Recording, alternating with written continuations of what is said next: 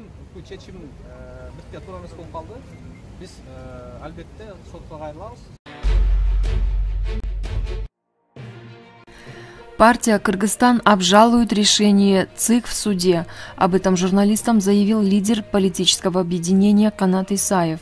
По его словам, ЦИК могла ограничиться лишь предупреждением. Из-за технической ошибки нельзя отстранять партию от выборов. ЦИК сделала это со ссылкой на то, что документы подал неуполномоченный представитель. Мы будем действовать по закону и обжалуем это решение в суде, сказал Канат Исаев.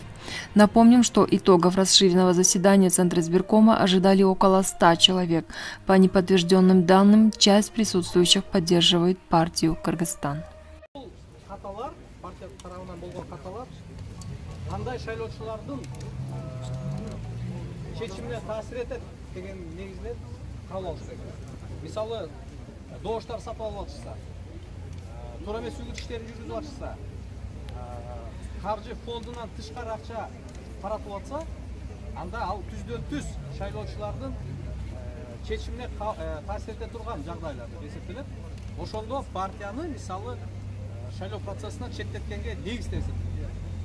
Эми бүгүнкү күнү карагыла. Бүгүн убагында тапшырылган документтерди ыйгарым укуктуу өкүл тапшырбай калды деген доомат менен документтерди кайра кайтарып беришти.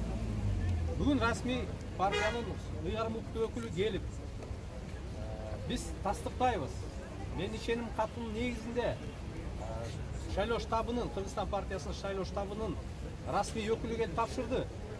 Эч кандай партиянын ичинде талаш тартыштар жок дегенден кийин бул болгон гана техникалык мүчүлүш деп туруп эсептеп, бүгүн эскертүү берүү менен эле чектелип койгонго толук негиз бар болчу да. Анткени бүгүн эми ойлоп көрүлөр, бир партиянын адамы тапшырдыбы, же экинчи партиянын адамы тапшырдыбы деген менен бир шайлоочуларга 1% дагы таасир этпей турган жагдайда.